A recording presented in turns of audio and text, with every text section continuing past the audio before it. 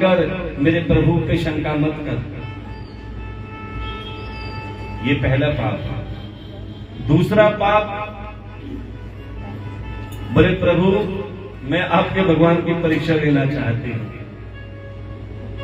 अरे बात सती ऐसा मत कर, गजब हो जाएगा। बोले बिल्कुल नहीं होगा, मैं तो लेके रहूंगी। जिद करके बैठ गई। बोले अब जो तेरी इच्छा। अब वही सती सीता जी का रूप बनाकर उसी वन में गई जहां श्री राम जी सीता जी को ढूंढ रहे हैं। अब प्यारे वही सती माता सीता माता का रूप लेकर श्री राम जी के सामने आई और सोचने लगी कि अगर ये भगवान नहीं होंगे तो मुझे सीता समझेंगे, और अगर वाकई भगवान होंगे तो मुझे सती के रूप में पहचान लेंगे। और प्यारे जैसे ही वो सती माता सीता का रूप लेकर श्री राम जी के सामने आई, राम जी ने देखा पूरी सीता जी का रूप लेकर आई है, लेकिन फिर भी हाथ जोड़ लिए और कहने लगे भैया आप अकेली, भोले बाबा कहाँ हैं? आप अकेली घूम रही हो, भोले बाबा कहाँ हैं? इतना सुनते ही प्यारे मां सती इतनी लज्जित हुई, शर्मिंदा हुई, कहने लगी वाकई मैंने बहुत बड़ा पाप किया है कि आपके इष्ट पर, आपके प्रभु पर शंका करें। इसीलिए प्यारे कभी भी भगवान पे, भगवान की लीलाओं पे या भगवान के कार्य पर शंका नहीं करनी चाहिए। इसी कारण स्वयं पार्वती वो अमर कथा नहीं सुन पाई, क्योंकि उनके पाप आगे आ गए थे। इसलिए आप ही प्रभु से कहो कि हे प्रभु, कि मेरे सिर पर जो पाप हैं, जाने अनजाने में हमसे जो पाप हुए हैं, प्यारे उन पापों को आप समाप्त कर दो। हमारा मन बहुत पापी है, जिस कारण हम संसार को अपना मान बैठे हैं। और प्यारे अपने मन से कहो कि ए मन, सारी जिंदगी हम तेरे अनुसार चले, लेकिन ये 7 दिन तू हमारे अनुसार चल। विश्वास मानो, जब आपका मन कथा में लग जाएगा ना, फिर ये मन कहीं और नहीं लगेगा। लेकिन आपको अपने मन को कहना पड़ेगा, आपके अपने मन को एक बात कहनी पड़ेगी। क्या? मीठी मीठी तालीम के साथ सभी कहेंगे, ओ पापी मन कर ले भजन, हाँ ओ पापी मन कर ले भजन, मौका मिला है तो कर ले जतन, मौका मिला है तो कर ले जतन।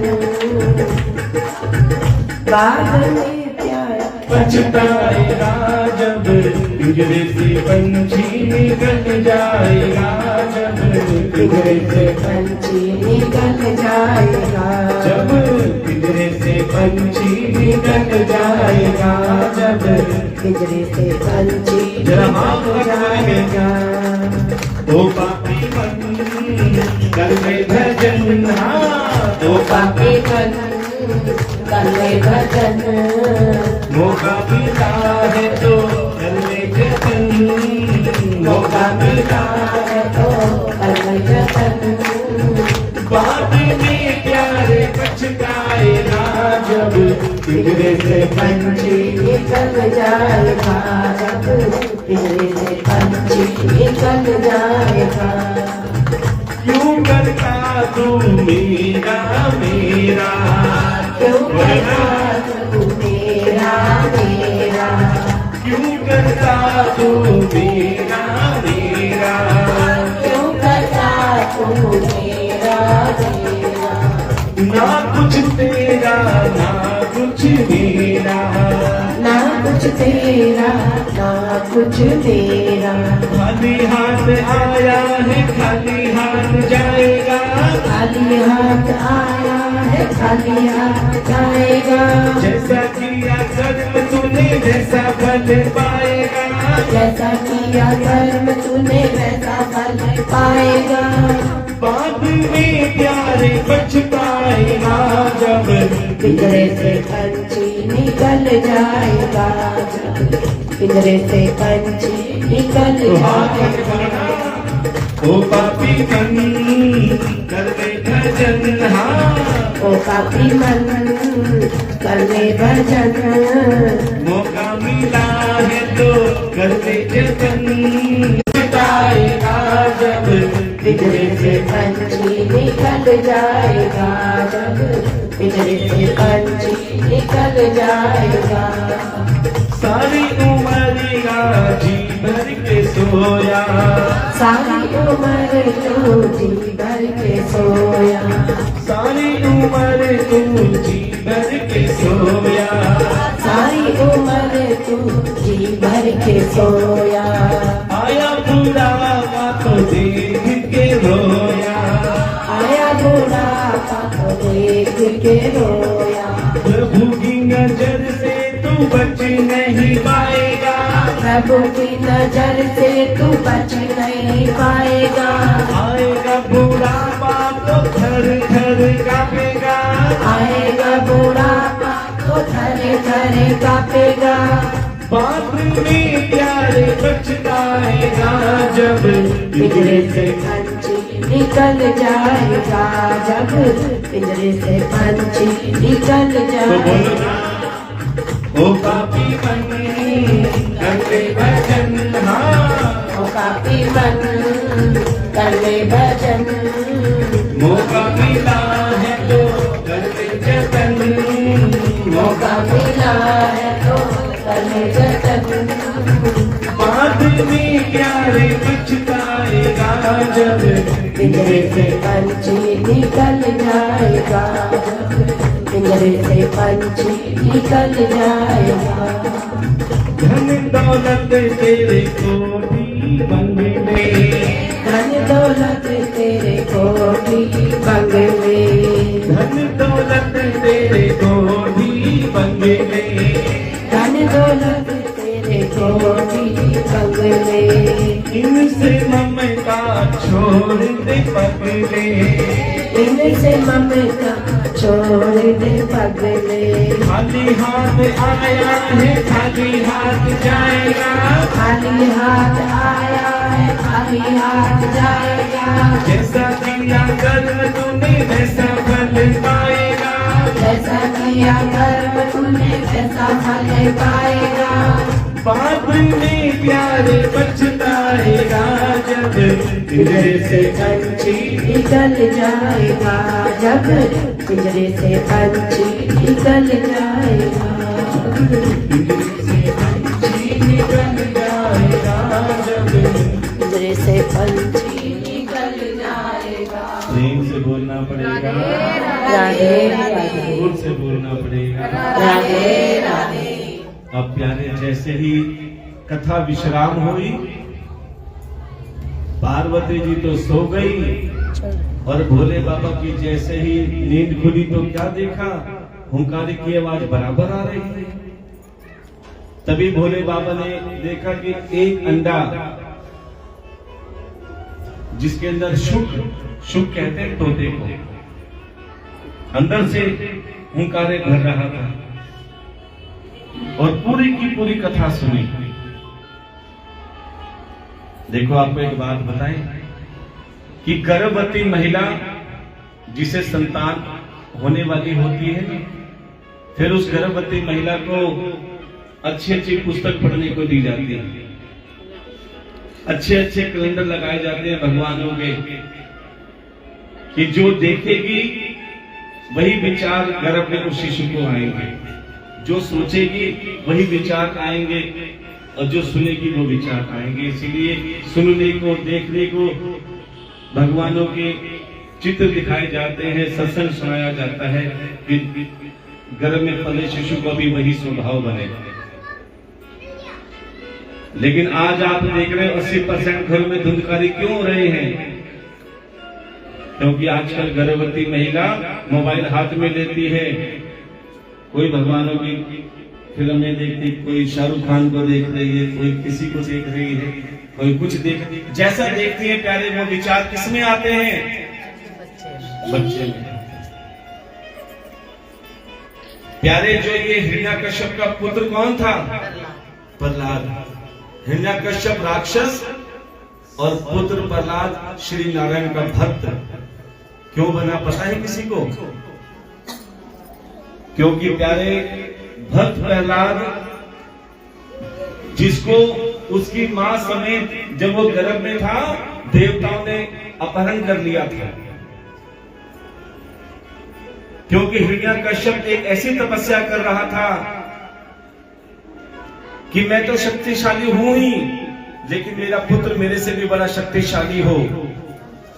इससे देवता घबरा गए कि जब हिरण्यकश्यप इतना शक्तिशाली है और पुत्र इससे शक्तिशाली हुआ तो हमारा क्या हाल करेगा।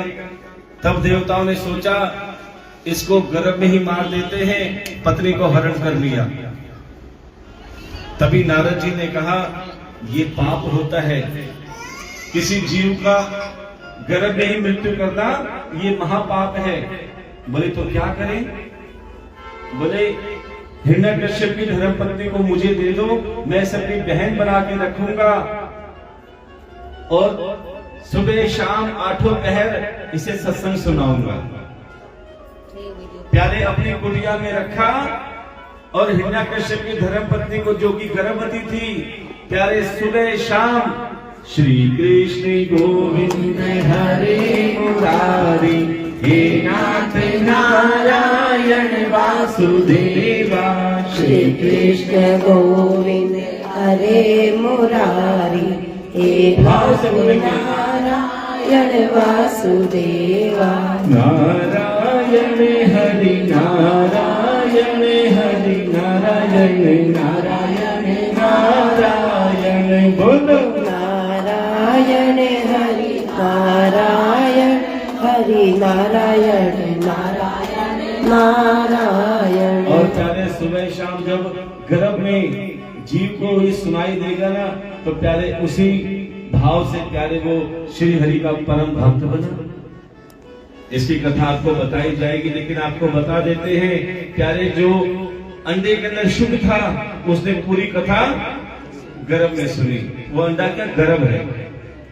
जैसे भोले बाबा की दिव्य दृष्टि उस अंडे पर पड़ी, वो अंडा फूटा, उसमें से शुक अर्थात तोता उड़कर आगे आगे जाने लगा।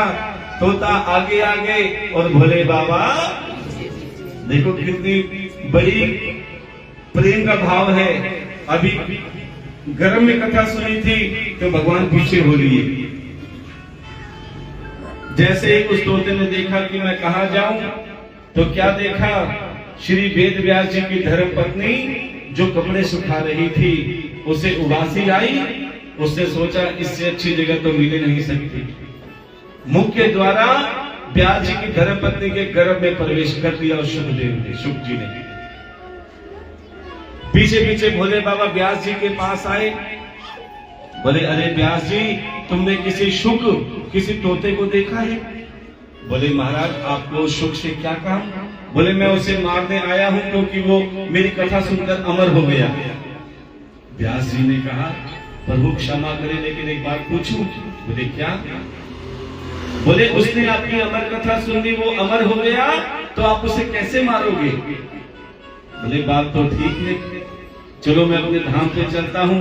भोले बाबा तो अपने कैलाश पर्वत पर गए, लेकिन वो शुक व्यास जी की धर्मपत्नी की तरफ से बाहर ही नहीं आया।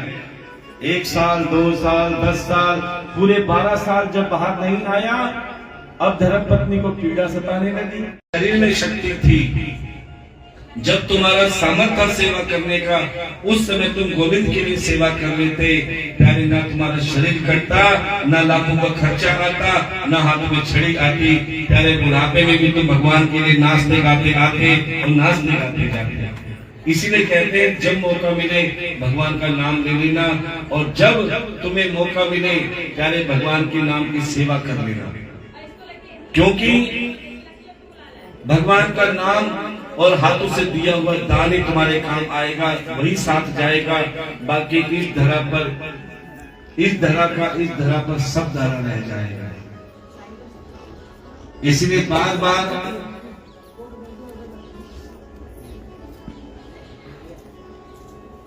आप जब भी कथा में आओ, हमेशा सरल बन के आना।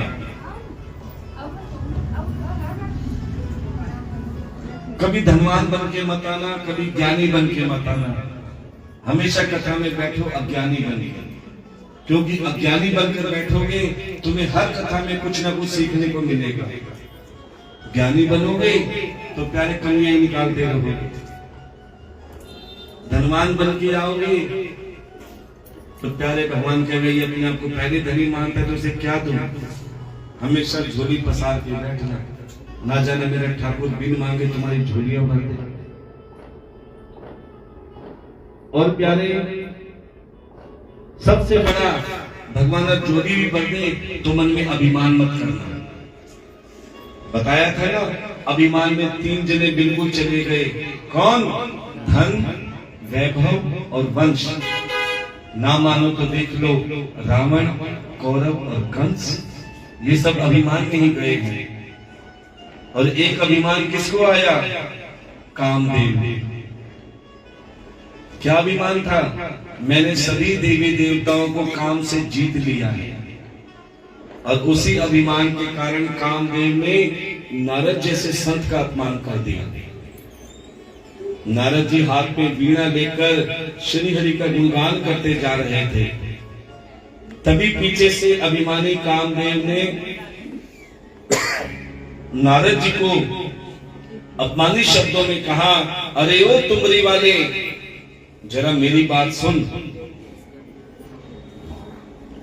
नारद जी का अपमान करने के बाद में भी नारद जी मुस्कुरा रहे हैं। ध्यान देना, संत कौन है? जो शांत है वही संत है। देखो, संतों जैसे कपड़े 100, 200, 500 रुपए में भी आ जाएंगे, लेकिन संतों जैसा स्वभाव पाने में कई जन्म भी कम पड़ जाते हैं। इसलिए बाहर से संत मत बनो। जरूरी नहीं कि माला हाथ में रखो तो संत बन गए, या तिलक लगा दिया तो संत बन गए। अंदर से संत बनो। भगवान को दिखावे की जरूरत नहीं है। सबसे बड़ी पूजा क्या है? सबसे बड़ा भजन क्या है? आदत बुरी सुधार लो, हो गया भजन। आदत बुरी सुधार लो, हो गया भजन। मन की तरंग मार लो, हो गया भजन। हाँ, मन की तरंग मार दो, हो गया भजन। नजरों में तेरे दोष है, दुनिया निहारती। नजरों में तेरे दोष है, दुनिया निहारती। प्यारे, एक उंगली दूसरों पे करते हो ना तो 3 उंगली किधर होती है? अपनी तरफ। इसलिए दूसरों में देखा देखी मत करो, अपने मन में देख लेना। क्या? नजरों में तेरे दोष है, दुनिया निहारती। नजरों में तेरे दोष है, दुनिया निहारती। हाँ, नजरों को तुम सुधार लो, हो गया भजन। हाँ, नजरों को तुम सुधार लो, हो गया भजन। और प्यारे, दूसरी वाणी हमने आपसे कहा ना, आपके होंठ धनुष की तरह है। बताते हैं सामने वाले पर क्या असर है। अगर मीठे रखवा देते हैं, सोना रख देते हैं, जानकारों से ब्याज पे ले लेते हैं, उस समय उन्हें अपनों की पता चलता है कि अपने कौन हैं। अरे उनके पास भी जाते हैं जिन्होंने बुरे समय में उनकी सहायता करी थी, आज उन्होंने दरवाजे बंद कर दिए, फोन नंबर डिलीट कर दिए, पहचानते भी नहीं। यानी ऐसा समय भी आता है। फिर भी प्यारे, पिताजी चाहे पुराने कपड़ों में घूम रहे हैं, लेकिन अपनी बेटी को अच्छे से अच्छे वस्त्र पहनवाते हैं। कहीं बेटी को किसी के आगे झुकने की जरूरत ना पड़े। बाराती आते हैं, खाते हैं, पीते हैं, नाचते हैं, फोटो सेशन होता है, और प्यारे बाद में वो समय आता है जब रिश्तेदार तो चले जाते हैं, कुछ अपने रह जाते हैं, और वो समय आता है जब सबकी आंखों में आंसू आना चालू आ जाते हैं। वो समय कौन सा होता है? कौन सा होता है? विदाई। जब बेटी विदा हो रही है, हर किसी से गले लगती है, मामा से, मामी से, चाचा से, चाची से, बुआ से, भाई से, बहन से, पिता से, लेकिन जैसे मां से गले लगती है, शिकायत भरी निगाह से देखती है कि मां तूने मेरे साथ अच्छा नहीं किया। बेटा बैठो, बैठा, तूने मेरे साथ अच्छा नहीं किया। मां कहती है बेटी मैंने तेरे साथ क्या अच्छा नहीं किया? बोले तूने हमेशा मेरे साथ भेदभाव किया है। कैसा भेदभाव? ये पानी मत पियो। कैसा भेदभाव? कि जिस कोख में मैंने जन्म लिया, अरे कोख तो एक ही है ना माँ की, जिस कोख में मैंने जन्म लिया, अरे उस कोख में भाई ने भी लिया था, तूने उसको तो रख लिया और मुझे पराए हाथों में दे दिया। क्या तू जानती नहीं आज का माहौल कैसा है? दहेज के लोभी बेटियों का क्या हाल करते हैं। अभी आपने ग्रेटर नोएडा में केस देखा होगा, लाखों रुपए कन्यादान देने के बाद में, दहेज देने के बाद में भी बेटी को जिंदा जला दिया।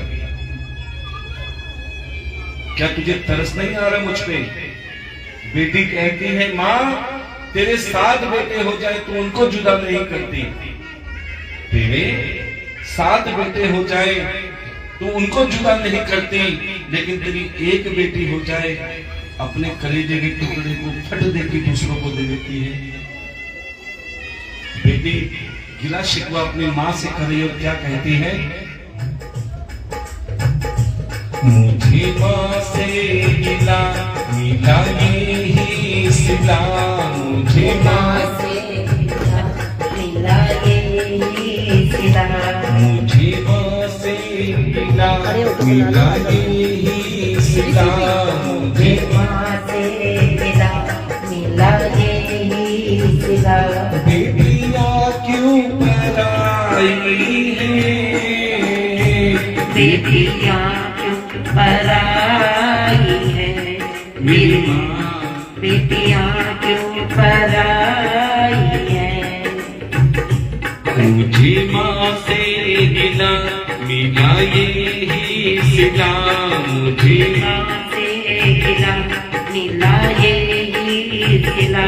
बेटियाँ क्यों पराई है, बेटियाँ क्यों पराई है, मेरी माँ बेटियाँ क्यों पराई है। और बेटी कहती कि माँ जिस आंगन में मैं पली, जिस आंगन में मैं बड़ी हुई, जिस आंगन में मैं खेली कूदी, अब तक तो सब कुछ मेरा अपना था, लेकिन अचानक शादी के बाद जब मैं पग फेरने पे आई तो अपना होते हुए भी सब पराया सा लगने लग गया। जो मेरी चाची ताई मुझे कलेजे से लगाती थी, कभी छोड़ती नहीं थी, आज वही कहती है बेटी कितने देर के लिए आई, कब जाएगी? क्या मैं इतनी पराई रही? क्या मेरा सब अपना नहीं रहा? क्या कहती है बेटी? बड़े ध्यान से सुनना। खेली कूदी है जिस आंगन में, अब तो वो भी पराया सा लागे, अब तो वो भी पराया सा लागे। गलतियाँ माफ कर देना मेरी, दूर रहना पड़ेगा सबसे, दूर रहना पड़ेगा सबसे। खेली कूदी है जिस आंगन में, अब तो वो भी पराया सा लागे, अब तो वो भी पराया सा लागे। ऐसा दस्तूर क्यों है माँ, जोर किसका चला इसके आगे, जोर किसका चला इसके आगे। एक को घर दिया, एक को वर दिया, एक को घर दिया, एक को वर दिया। तेरी कैसी खुदाई है, बेटियां तो पराई है तेरी माँ, बेटियां तो पराई है। और प्यारे, अब वही बेटी अपने माता पिता की ओर देखती है और पिताजी से कहती है कि पिताजी आप अपने गले में, अपने जेब में एक पेन रखते हो और उस पेन से इतना प्रेम करते हो कि कोई तुमसे पेन मांगता है तो वो पेन भी नहीं देते। क्या मैं पेन से भी सख्त हंसती हूँ वो प्यार सुना शादी की। अच्छा कि तुम जिस चीज पे मैं हाथ रखती हूँ बेटी खा ले, जिस चीज पे मैं हाथ रखती हूँ बेटा कहेंगे, जो तेरा मन करे वो कर। लेकिन आज क्या हुआ, और प्यारे हर बेटी अपने पिता का प्रेम कभी मुख से बयान नहीं कर पाती। क्या कहती है, जो भी मांगा मैंने बाबुल से, दिया हंस के मुझे बाबुल ने, दिया हंस के मुझे बाबुल ने। प्यार इतना किया है मुझको, क्या बयां मैं करूं अपने मुख से, क्या बयां मैं करूं अपने मुख से। दीदी से दुआ खुश रहना सदा, दीदी दिल से दुआ खुश रहना सदा। कैसी प्रीति निभाई है, बेटियां तो पराई है मेरी माँ, बेटियां तो पराई है। अब प्यारे वो समय आ गया जब बेटी सबको छोड़कर जा रही है। क्या देखा बेटी ने, पिताजी बेटी से नजरें चुराते हुए अपना काम कर रहे हैं कि पत्थर दिल बेटी से नजरें मिला दे, टूट ना जाए। भाई भी व्यवस्था संभाल रहा है, बहन के पास नहीं आ रहा। अब बेटी समझ गई कि मुझे सबको छोड़ के जाना पड़ रहा है, इसलिए कोई मेरे से आके नहीं मिला रहा। माँ भी कहती थी तू पराया धन है, पराए घर जाएगी। पिताजी भी कहते थे पराया धन है, पराए घर जाएगी। आज मैं जा रही हूँ तो मेरे से नजरें क्यों चुरा रही हूँ। अब प्यारे वही बेटी कहती कि माँ तू ही तो कहती थी कि तू मेरे घर की गुड़िया है, मेरे आंगन की गुड़िया है, आज गुड़िया छोड़कर जा रही है तो क्यों रो रही है। तू कहती थी ना पराया धन है, पराया धन है। आज बेटी सबको समझा रही है और क्या कहती है, बड़े ध्यान से सुनना। मैं गुड़िया रानी तेरे आंगन की, मैं गुड़िया रानी तेरे आंगन की। जाऊंगी बैठ के डोली, जाऊंगी बैठ के डोली साजन की। मैं गुड़िया रानी तेरे आंगन की। अब क्या कहने लगी बेटी, सबसे पहले भाई के पास जाती है कि भाई बचपन में हम खूब लड़ते थे, झगड़ते थे, खूब प्यार भी करते थे, लेकिन कोई मुझे अगर जरा से छेड़ भी देता था तो मेरे लिए कन्हैया बन के उससे लड़ने जाता था। लेकिन आज क्या हुआ, आज मैं स्वयं जा रही हूं तो मेरे पास भी नहीं आ रहा। क्या कहती है बहन अपने भाई से, मैं तेरी द्रौपदी तू मेरा कन्हैया। मैं तेरी द्रौपदी तू मेरा कन्हैया। मैं तेरी द्रौपदी तू मेरा कन्हैया। मैं तेरी द्रौपदी तू मेरा कन्हैया। कहना तो भूल मत जाना मेरे भैया। मैं तेरी द्रौपदी तू मेरा कन्हैया। कहना को भूल मत जाना मेरे भैया। याद न भुलाना रक्षा बंधन की। याद न भुलाना रक्षा बंधन की। मैं गुड़िया रानी तेरे आंगन की। मैं गुड़िया रानी तेरे आंगन की। और भाई से गले मिली, उसके बाद माँ के पास जाती है। अरे माँ का तो रो रो के बुरा हाल हो रहा है, माँ काबू में नहीं आ रही। अब बेटी माँ को समझाती है, बड़े ध्यान से सुनना। क्या कहती है माँ से? हे माँ, तू ही तो कहती थी बेटी का पराया धन है, पराए घर एक न एक दिन जाना पड़ेगा बाबुल राजा को छोड़कर। लेकिन आज मैं जा रही हूँ, तू क्यों रो रही है माँ? क्या कहती बेटी, ध्यान देकर सुनना। ए मेरी माँ तू क्यों रोती है? ऐ मेरी माँ तू क्यों रोती है? ए मेरी माँ तू क्यों रोती है? ऐ मेरी माँ तू क्यों रोती है? बेटी पराया धन होती है। ऐ मेरी माँ तू क्यों रोती है? बेटी पराया धन होती है। राजा की हो चाहे मेरे धन की। राजा की हो चाहे मेरे धन की। मैं गुड़िया रानी तेरे आंगन की। मैं गुड़िया रानी तेरे आंगन की। अब तो क्या है, जैसे विदा होकर डोली में बैठी, कहते जाने के लिए आजकल तो गाड़ियां आ गई हैं।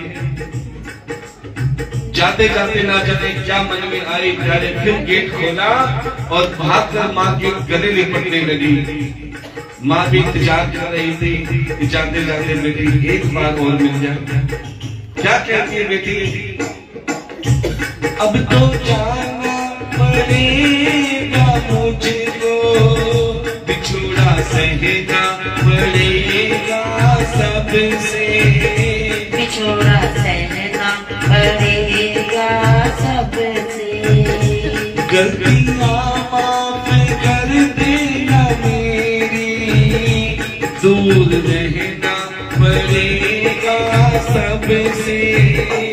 दूर रहना पड़ेगा सबसे।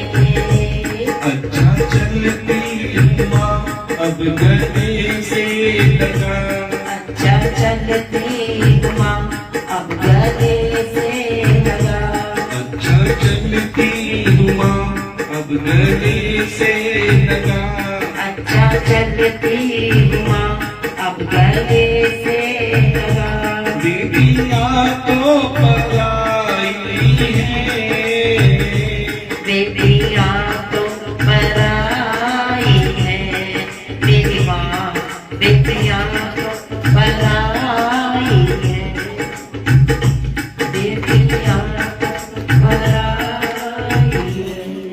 प्रेम से बोलना पड़ेगा, राधे राधे। जोर से बोलना पड़ेगा। राधे कहते हैं, राधे। भागवत कथा में अगर दो आंसू भी आ जाते हैं ना, तो समझ लेना मेरे ठाकुर ने आप